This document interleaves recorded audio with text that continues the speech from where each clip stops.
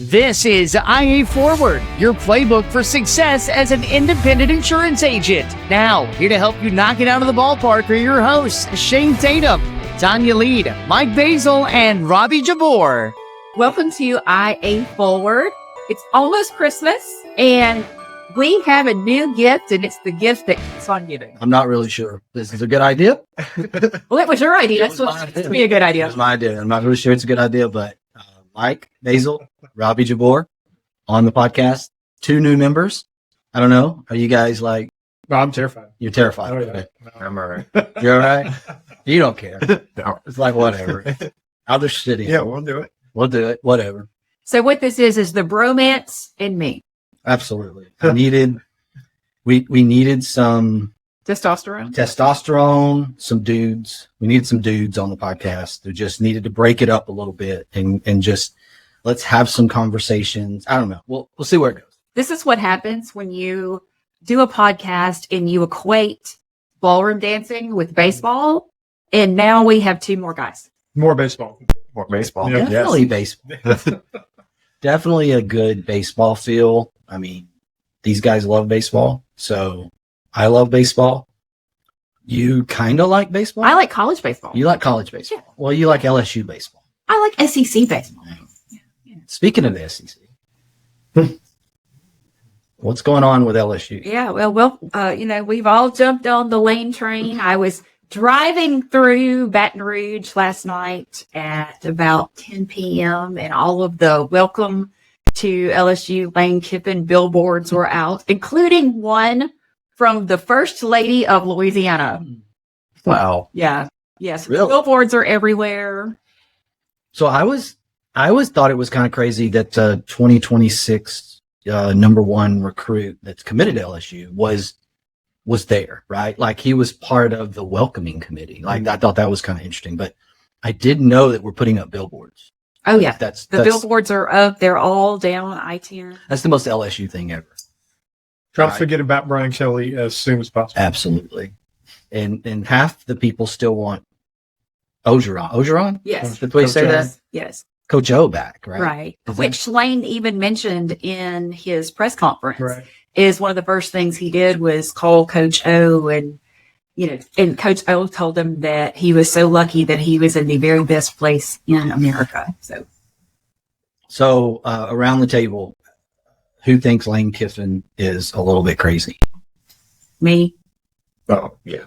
Yeah, probably. I mean, I don't know much about him. I haven't followed him much in his career, but I mean, I think he's a really good coach. Might be crazy, but he's going to bring more wins than Brian Kelly did. Yeah, Well, that's not that hard. Yeah. Well, LSU hired in Brian Kelly. They hired a 7-5 coach, and they were shocked that they got 7-5 results. I know, right?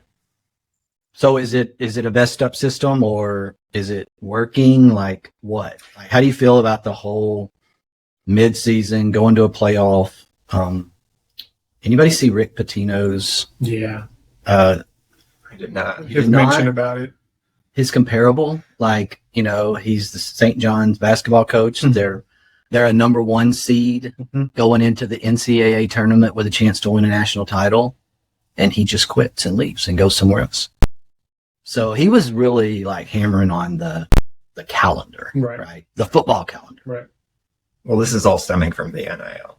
Absolutely. Everything starts with the NIL. Yeah. Total crazy overcorrection of a system that was broken to something that is just as broken, if not more broken than it was before. Right. Absolutely. I don't think Lane would have left when he did if Ole Miss hadn't forced him to do this. That this was totally Ole Miss saying, we have to have an answer by this deadline. Going back to NIL, going back to the portal, I get it. But Lane would not have left until the end of the season if Ole Miss hadn't insisted. But how? Because LSU wants him to take the job, right? He can't take the job and still coach another team like that. Nobody's doing that. That's like, hey, I'm quitting and going and joining the competitor down the street, but I really want to give you the rest of the year and be faithful to you. And so I'm not starting till January. Like, how does that work? Well, I think it works that way because Ole Miss insisted on it. They wouldn't let him, they forced him to turn in a resignation and say, I am quitting by the date after the Egg Bowl. They wouldn't let him wait till the end of the season to make the decision. Well, right. But LSU wasn't going to wait till the end of the season. LSU would have waited. I don't know. Yeah. I don't know. They would have. I agree. Yeah. What are their other options? This was something that Ole Miss Coach O? forced. Bring Wes back. Yeah. Hey, I'm all for that. Y'all know I love Les. And that was to me, that was the challenge when they let Les go. They didn't have anything better in place. Because you don't let somebody go and then you bring in. Maybe go get Coach Nick. Maybe. I don't know. Who knows? I don't think there's enough money to bring St. Nick back. It's the Christmas season. He's enjoying what he's doing. Yeah. He is. Yeah. He's great at it too. Yes. He's really good. Yes. He was right though. He's the one who said this Absolutely. NIL is going to destroy it. Yeah. Absolutely. Yep. Absolutely. And that's part of the reason why he decided to go ahead and retire. He didn't like what was coming. Yeah. And I love his VRBO commercials. I'm just saying. Oh, yeah. They're the No, best. they're the best. They're great. Like, Yeah. and it kind of feels like that too. Like I get it. So what does any of this have to do with insurance? I have no idea. We have 2 new people on the podcast. I feel so awkward. I don't know what we're doing. You need to save us here, Tanya. Just take us down a path that we can have some dialogue on. Something. So why don't we share really quickly why the 4 of us? When we decided to add 2 people, why is it that we added these 2? Well, because I said so. I'm kidding. Well, no, that's true. That's true. It's partially true. So I'll throw this in there and let the guys kind of give a little bit of background. But this is our agent development team, right? So in my view, we are who prospective agents, existing agents on the agent relations side. We're kind of the front line in the relationship with agents joining the Integra Partner Network. And so to me, it made a lot of sense for us to have a voice, right? For you guys to be a little more known. Tanya and I have been doing this for 3 years almost 300 podcasts in. It's been great. It's been awesome. But just like anything, just tweaking some things, testing some things, and giving some additional voices within different parts of the country where we're expanding, right? So you're the Southeast, right? Robbie's South Central. Mike keeps teetering back and forth between whatever we're going to, call him. Mike's out of Buffalo, New York, suburb there. Tanya's out of Pensacola. Mike's the Great Lakes region, right? That's what we've decided we're going to land on. Robbie's here. He has to endure me every day. He's in the same office as far as building space. And so he's the South Central U.S. And so just to give, I think, the perspective to the industry about who we are. And, it's more than me. It's more than Tanya. There's a whole lot of people at the Integra Partner Network. And so that was my reasoning, right, is to create some additional voices, familiar voices into the marketplace. So I don't know, why don't you talk about a little bit about your background, and then Mike can give his background. Yeah. So, when I originally, just kind of a little bit of a background, I was actually interested in being a partner agent in January of 2017. And so that's when Shane and I met, and I had no idea what aggregators were. I had no idea what networks were. I was clueless when it came to that. My background is State Farm. So I came from the captive world over to the independent world. So through 2017, the decision was for my family and I, the best thing to do was to not pursue it at the time. So Shane and I kind of kept in touch, and he asked me to join the team early 2018, and been here ever since. It's been awesome. I was not originally hired to work on the partner side of things. I was actually hired to help create and develop a service center, which is what we're, working on now, but, several years later. Some staffing changes, moves, whatever. He asked me to come over to the partner side and start prospecting. And so I've been doing this for about 3 or 4 years now, and I love it. I love, my background. I've always wanted to be an entrepreneur. I was raised in the restaurant business, and some of my family work at it, and just kind of had that spirit. But this is kind of like the closest thing to that without being that, because I get to help people start their agency, so we're kind of, the support, instead of doing it on your own, having someone that, we do it every day. We understand the process. So having those conversations, helping people make decisions, giving them information, not a sales pitch, that's important from us. You've said that several times. Just really enjoy it. It's enjoy talking to people on a regular basis. So it's good. Yeah. Not salesy, huh? Not salesy. And I have pet envy for Robbie. I mean, Robbie has the coolest pet ever. Well, my daughter does. I regret it, obviously. So when she was 6 or 7. Yeah, it had to happen. Yeah, right? It had to happen. Eventually, right? She asked for a chinchilla for her birthday. And I said, babe, you're just way too young. You got to be able to take care of it, feed it, bathe it. Just got to be responsible. You're not at that age. Well, Dad, how old do I have to be? And I said, I don't know, 11. And so in my mind, I'm thinking, okay, she'll forget about it over the next couple of years. No big deal. This little girl reminded me every birthday. She can't wait for her 11th birthday because she's going to get a chinchilla. And so right before she turned 11, I was like, it hit me like, we got to do this. Got to do this. Can't bail. So y'all ever heard of a chinchilla farm? No. Okay, so I didn't either until we bought a chinchilla. I didn't even know what a chinchilla was. Right. I literally had to look up and get the picture. Right. Well, they're super soft, so they do make something. But well, of course they do. I mean, They do, right? we're in Texas. We make those out of every fur, right? That's just yeah. It's small coat. Yeah. it's like what is that? Like a miniature coat? Well, Like a Barbie coat? Like, okay. So anyway, we've had Violet since for the last 4 years, going on 5 years. And Violet is amazing. Violet is absolutely amazing. Okay. As soon as I met Violet, I called the keep boy and told the keep boy that I wanted to stop by the chinchilla farm on the way home and get one. And he said, well, no. And the entire time that I was in Huntington that week, I was calling him and telling him that I really wanted a chinchilla. And the day I was leaving, I'm like, look, I've got to figure out, am I going to come home on I-10 or I-20? I really want a chinchilla. And his response to me was, you can have one, but just know I'm going to be very disappointed in you if you come home with one.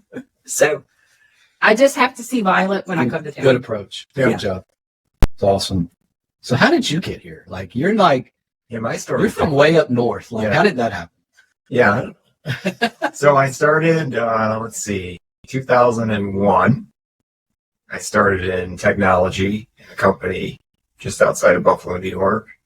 That was purchased by a company in Louisiana in, 4 or 5. Yeah, something like that. there.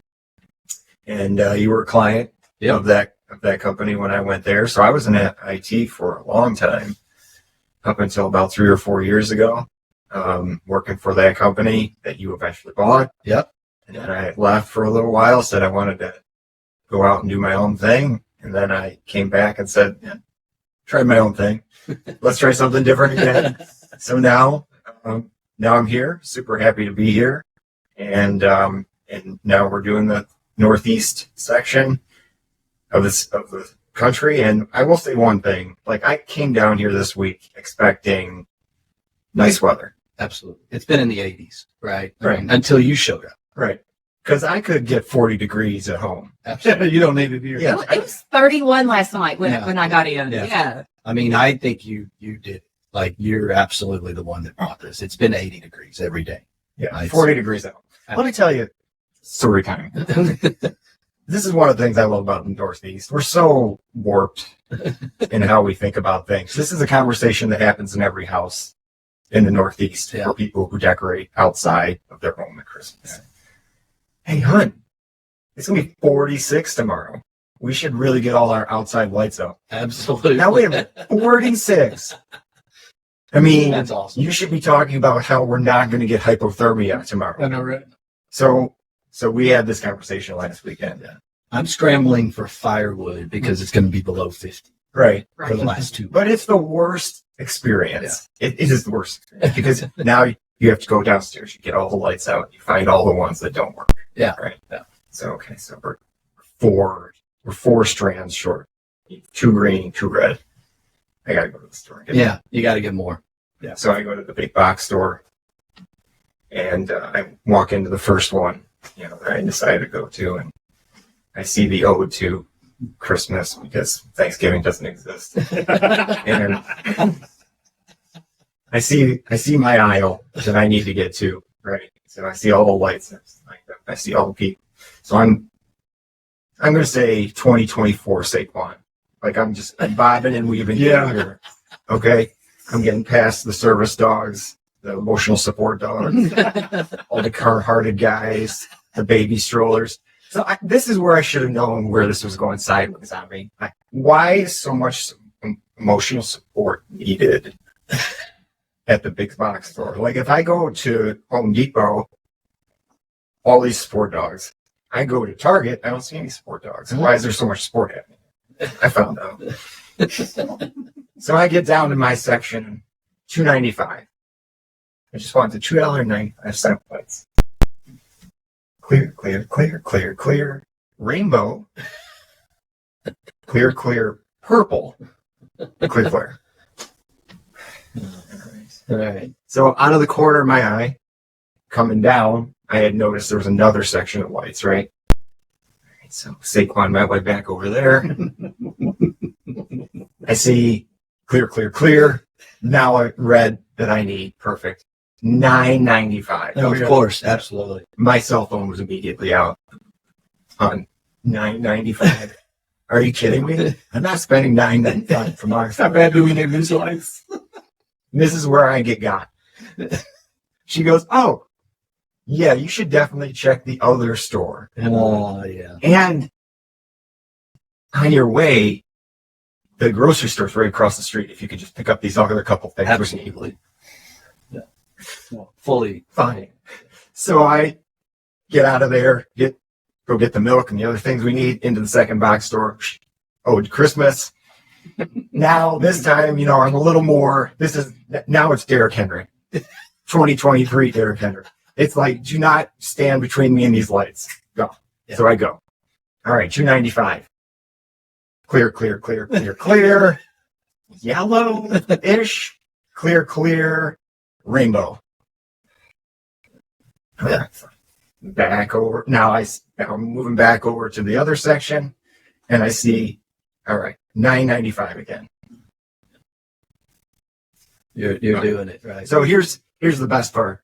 So big metal frames that these are sitting on, 4 shelves. The ones I need are on the second one from the bottom. So I bend over to pick them up, and I'm crouched down, and I have good peripheral vision. I see this woman's backing up. Oh, uh-oh. Now I hear her talking, and I'm figuring surely she has spatial awareness. I don't know why this is inappropriate, but is there a beep? No.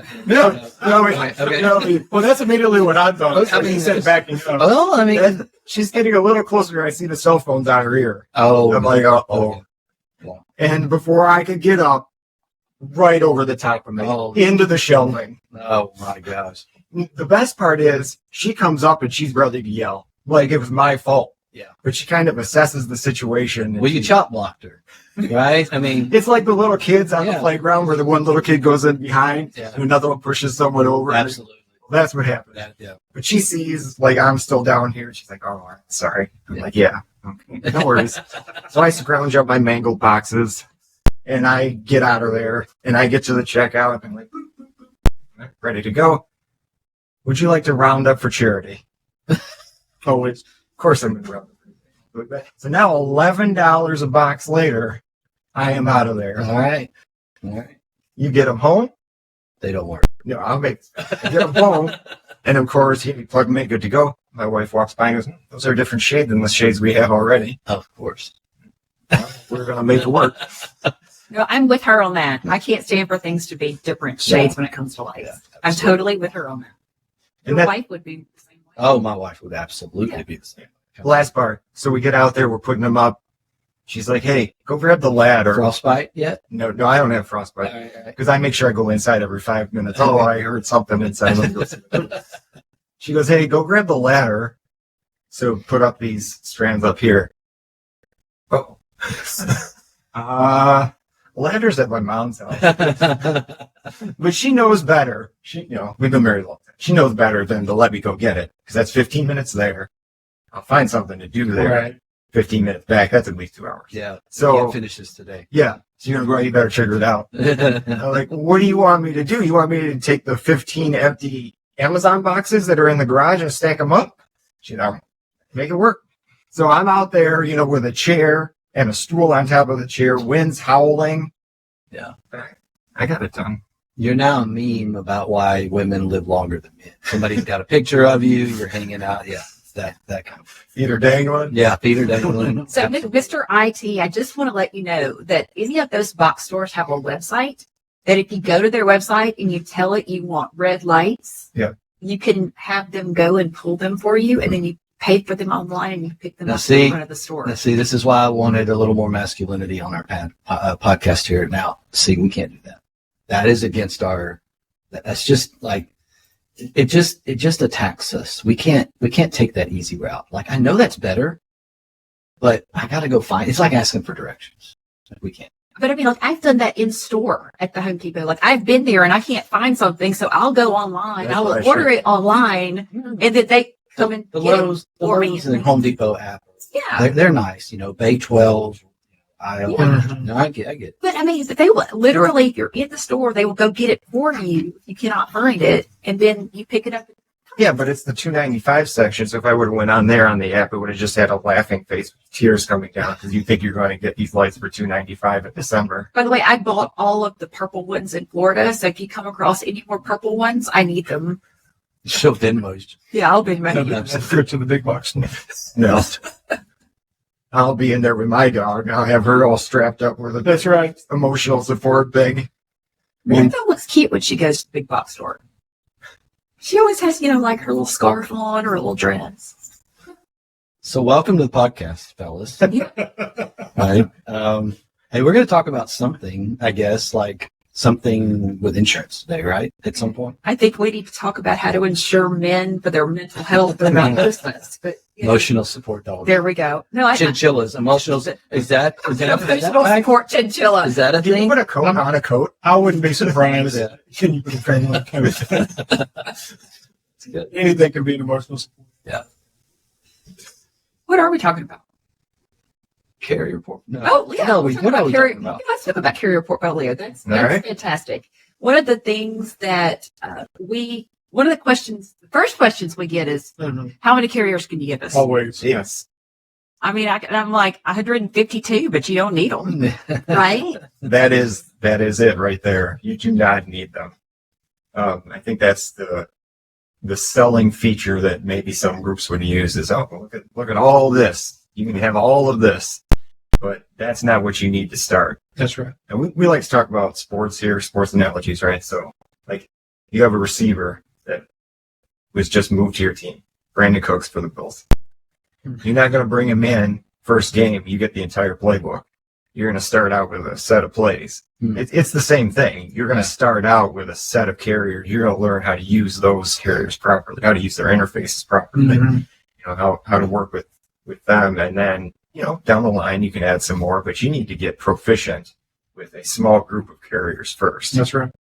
I think that's a really good analogy. Like, I always wonder how that happens. Like, this receiver gets traded, gets signed off the practice. No, that's a bad example. Not the practice squad, just like from another organization, Does the NFL have waivers? Do they do that? Like baseball? Like, okay. So they get, signed and they don't know anything. Right? That happened on Wednesday. It's not a plug and play. Yeah. But then they're in the game. Right. Like, how? Like, that's a great point. Like, I think that's a really good analogy of how you're moving from the captive system, or, you're moving from its second career, you're moving from another business, and you're going to start independent agency. And, the thing that's been going on for maybe a decade or longer is this idea that we can give you, hundreds of carriers. Like, it's almost false advertising, right? And I know we're kind of the anti, hundreds of carriers kind of organization, but we have a lot of carriers. Like, we're going through a whole carrier portfolio review right now on the operational side, and it's a lot. Like there's a lot, especially when you start talking about different states and different regions and things like that. But still, when you get down to a single agency, like, there's so many things that are good about having a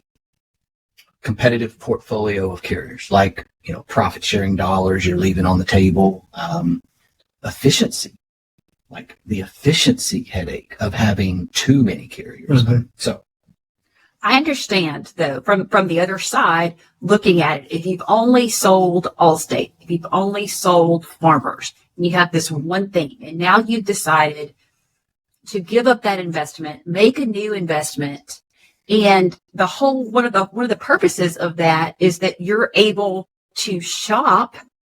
Well, you want to be able to shop for your clients as much as possible. The flip side of that is you don't realize that you were drinking through a fire hose when you were starting an independent agency, right? And yes, the idea of I can shop this with 22 different carriers, that's fantastic. But that's going to be a hot mess express a year down the road. Yeah. Yeah. It's going from one extreme to the next, and you got to have a happy medium there.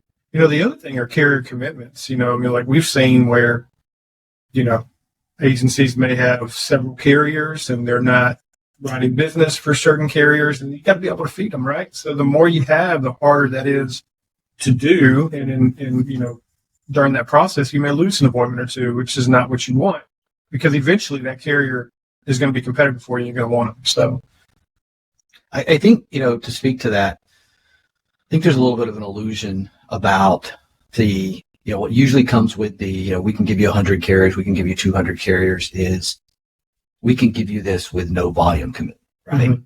Mm-hmm. That line in and of itself is very misleading, and just know that nothing is free, right? Nothing is for free. Just kind of follows that track. You probably aren't appointed. Right. That's right. You may not have access. They're hiding you. They're hiding. Yeah. Right. That's the little dirty little secret to that comment is you're not appointed. You have no access to portals, carriers. You can't talk to underwriters. You can't service your client the way you really need to service your client. And what's on the flip side of that, Reagan Consulting, big M&A consulting firm in the industry, puts out a best practices study every year. These are mostly best practices agencies, are larger traditional independent agencies for the most part. And they put in there things like average number of carriers. And what's really crazy is these really, really large, I'm not talking about on the E&S side, but like their primary core appointed markets. It'll be something like 6.8 carriers. It'll be something like, 7. It's never 28. It's right. Never 35. Right. These are the most successful independent agencies in the country by statistical data, really, and really from profitability. I mean, to become a best practices recognized agency, you got to meet all of these KPIs, all of these metrics. And those guys are saying, well, I work with whatever the average number of the top 25%, 6.2 in personal lines, right? Which is so different. And it's kind of like the NIL. Like I think Mike mentioned this earlier. Like we took a broken system in NIL and we made another broken system, right? So it's kind of doing the same thing. My view is the captive arena is a broken system because it doesn't provide consumer choice. It had its day, right? It's shrinking. There's exodus to the independent agency system, better system, right? Mm-hmm. So that's the NIL equivalent. But now we've got this thing going on in the marketplace where we're moving it into another broken system where we've somehow made former exclusive agents think that having 50, 60, 80 carriers is a good thing. And it's not, right?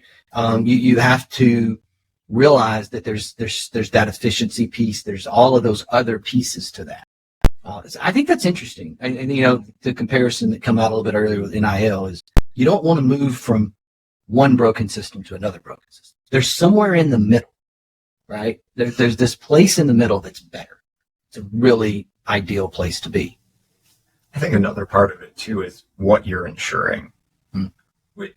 Some of these carriers, they'll specialize in something. And the question is, if you're just starting out, should you even be insuring what it is they specialize in? That's right. That's good.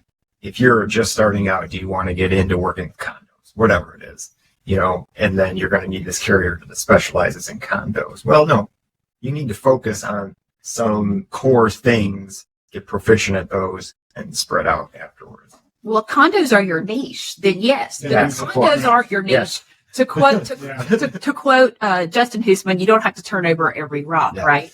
And I think that's how these convoluted carrier portfolios happen. Is you have a client and they need X. Well, X is different, so I'm going to go out and I'm going to get a carrier for this one client to cover X. Well, then I never get asked for X again, but I have this one weird thing in my portfolio. Well, if that happens once a week or even once a month, then now you have this big portfolio of carriers that you can't feed.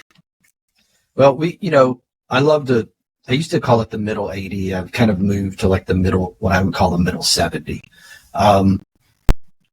We are as an agency network, very personal lines heavy, small business, right?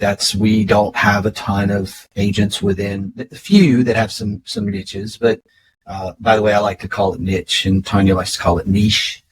She's very fancy with that and I'm not fancy. You can see the comparable there really easily. So, as I say niche, I mean niche for the fancy people out there. So just know that.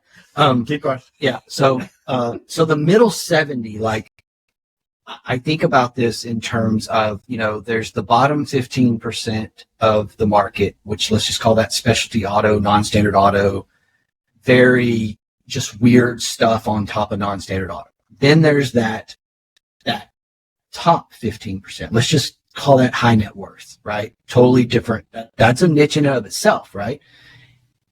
That middle 70 in personal lines is where that core preferred group of carriers really play. And it's actually where the exclusive agent channel plays. Mm-hmm. It's where the big exclusive companies play. The middle class, right? It's kind of like middle, from lower to upper. I know we got all these different class scenarios these days, but it's like that middle 70 is where the auto, the 2 cars, the home, and a few toys. You need an umbrella, you need some life insurance.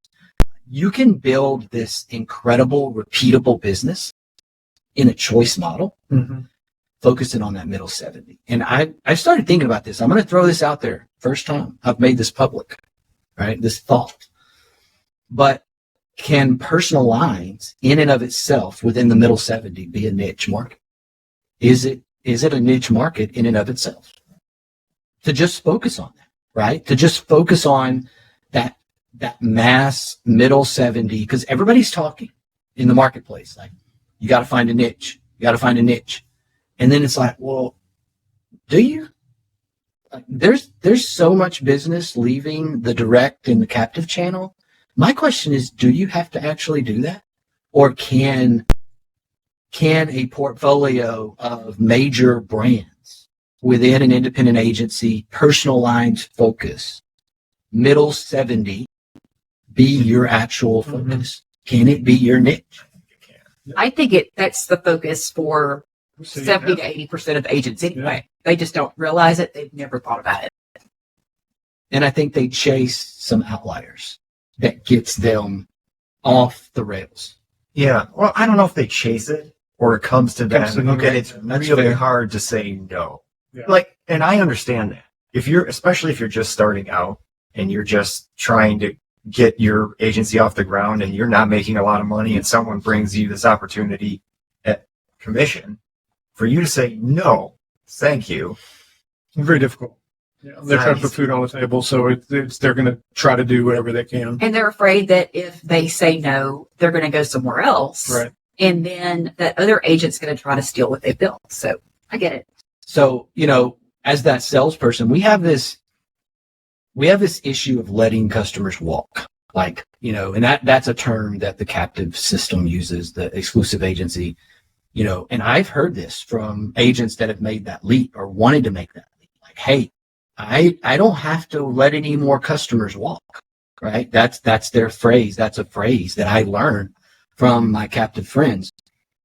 But the answer to that is truly, well, yeah, you should let some people walk. Like you shouldn't think about this business as a 100% close ratio type of business.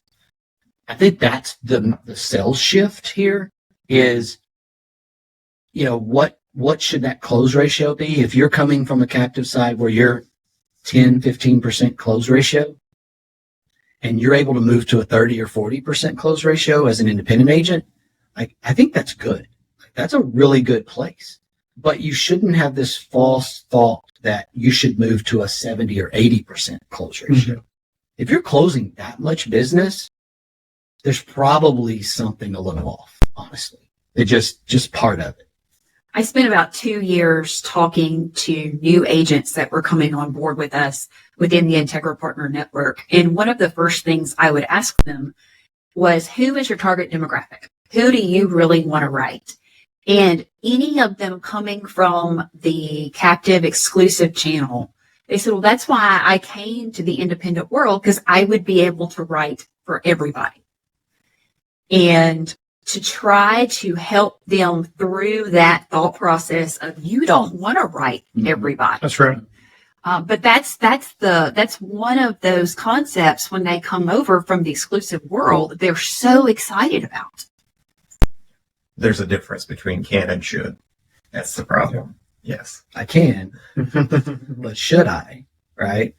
I you know, there's a superior model in my brain that I keep talking to people about around that middle ground, like finding that middle ground between these systems. Like, okay, we're going to go from this single choice captive system. We're going to go independent, but we're going to go to like 200 carriers. And that's that's replacing the bad model with a bad model. But somewhere in the middle where you have this competitive portfolio, like we've been running our partner program for 15 years now. And we have agents at scratch starting out this month to over 25 million in premium. And over that 15 years, we've seen a lot of success and we've seen a lot of things happen. When we look at the top 25%, think about that Reagan Consulting best practices.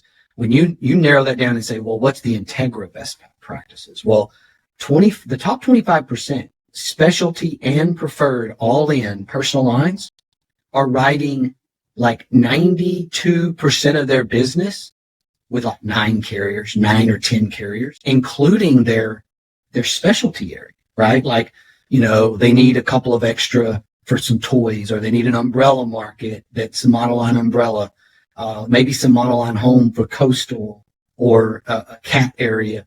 All of that is included in those 9 or 10 carriers, like 92%. And my question to even those agents is, does the other 8% of your book really make an impact? Like, does it make a financial profitable impact? Or would that 8% actually be more profitable to not even be in your book? And that's been something that as salespeople, we struggle with because we don't want to say no, right? But at the same time, when you look at the numbers and the KPI, you can kind of understand that, hey, this smaller targeted portfolio that's efficient, that does everything that I need it to do, I don't have to hire as many account managers. I don't have to do a whole lot of back-end work. That's the point I was just about to make, was capacity. You know, once you've established yourself a little bit, especially, there is X amount of customers that you can service with X amount of policies. Mm-hmm. So are you going to subtract from that core to do things that are outside of the core? Yeah. And you're going to find that you're spending a lot of extra time servicing those things that you don't generally service. you're thinking like a salesperson and not like an owner. Because if you were thinking like an owner, you would be thinking, if I could consolidate this, then I am looking at profit sharing, contingency dollars, I'm looking at efficiency. If you're looking at it as a salesperson, it's, I need this carrier to be able to write this person. And most of our agents come from producer backgrounds, right? And switching from that producer mindset to that CEO entrepreneur mindset is not an easy thing to do. No, it's not at all. It takes a mental shift. It takes a profitability shift versus a sales shift, right? And you have to think about both. You got to wear both hats. And hey, we're not going to have successful independent agencies if they're not started and run by salespeople. Like, it's okay to be a salesperson. Right? I don't want to shame people into like, hey, bad salesperson. Like, that's not what we need to be doing. Like, that's what makes agencies successful, is we're started and run by salespeople. The growth is having that salesperson shift to also becoming that owner operator, CEO mindset, business owner mindset, so that they can start seeing and answering that question. Hey, should this 8% of my book that's scattered across, another 10 to 15 carriers, like, do I really need those? Like, do I need to do something there? This is a crazy topic, by the way, coming out of the last 2 or 3 years in a hard market. Like, agents are going to hear some of this and go, oh my gosh, they're telling me to like have less carriers, not more carriers. And in a hard market, that feels like a really difficult thing. Sure.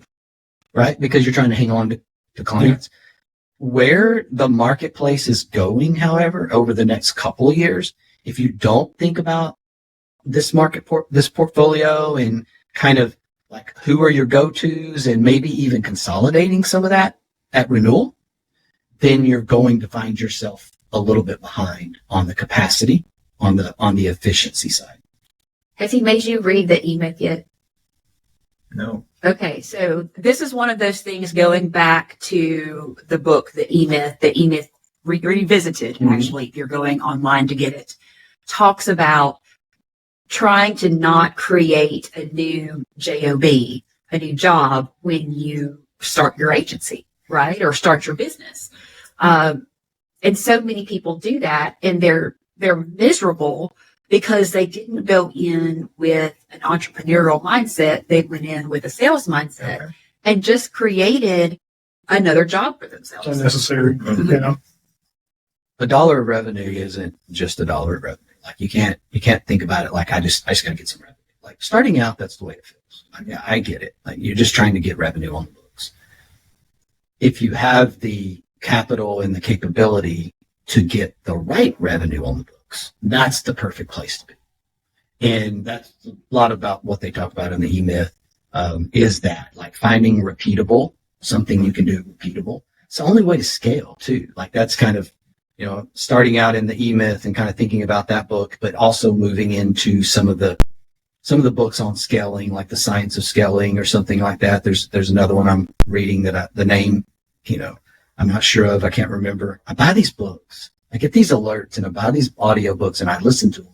You listen to half of them. And I listen to half of them. Yeah. And I'm like, yeah, this is the same thing. And then I stop. Is anybody? Yeah, it's just a problem I have. It's like, nah. Write the book, Shane. There's nothing new under the. For 8 years, I've been saying, write the book. And he just doesn't ever listen to me. There's Ecclesiastes. There's nothing new under the sun, right? There's nothing new. It's all futile. So, it's like, but there's this scaling conversation about the only way to scale is you got to find things you can repeat and do over and over again well. That's the formula of having the right portfolio of carriers, is you don't get into this constant remarket, constant chasing of price. You build a portfolio around efficiency, around some brand recognition, around,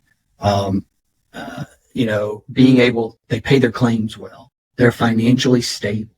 You're not fighting with the carrier all the time. There's a great owner operator independent agency business model in that middle ground. Am I the only person here who's never listened to an ebook?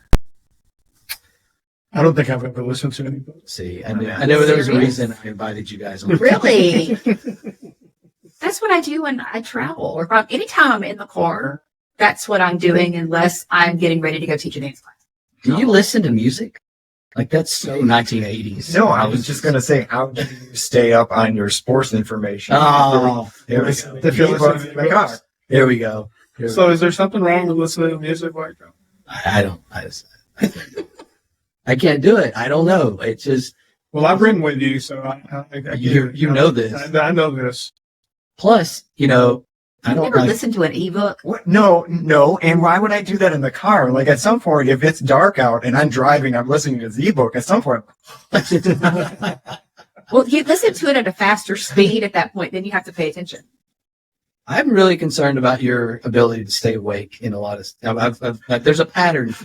I'm sensing a pattern. You know, this training video is 40 minutes. How am I supposed to do this? You know, I mean, you know, I'm supposed to listen to this audiobook? Oh my gosh, how am I supposed to stay awake? Like, there's a pattern developing from all here. Narcolepsy, something. Okay, guys. Well, welcome to the podcast. We are so excited to have you. I think this is going to be this is going to hold the record for the longest IA Forward podcast. If you are listening to us or watching us, they won't all be this long with the four of us, I promise. But since you guys are new with us, I'm going to let you leave us today with your favorite quote. Well, mine, if I can remember it, comparison is the thief of joy. I think it was Theodore Roosevelt Love it. that quoted that. So that is, Awesome. that's one of my favorites. I'm just going to go with this. I wouldn't make a promise that you can't keep. We could go way longer. Oh, That's Mike's quote. that's pretty good. That's pretty good. I think we can go long. We are apologizing a little bit for being long, but give us some grace as we find our way. Right? We'll get better. We're embracing chaos here. That's kind of the new theme we got going into 26. I mean, we're gonna get better. We're gonna find our rhythm. Find your way. Find our way. Yes. Thank you so much for joining us. We will see you again next week. Enjoy this holiday season. We're so excited about the Christmas gift that is the new IA Forward podcast. Mike and Robbie edition. Yes. Get it at local stores near you. Yeah, but if it's the big box store, make sure to bring your import animals or your import chinchilla. That's right. And now you get to close us out, Shane. Attitude's a choice. Make a great one. At the Integra Partner Network, we understand that carrier access is the key to your agency's success. That's why Integra offers direct access to top-rated personal and commercial carriers, ensuring your agency thrives in today's challenging market. And with our comprehensive resources, profit sharing and bonus opportunities, technology and peer support, all while you retain 100% of your book with no penalties to exit. Integra is ready to empower you and your agency to find sustained growth. Find your way to Integra. Visit IntegraPartnerNetwork.com today. That's IntegraPartnerNetwork.com.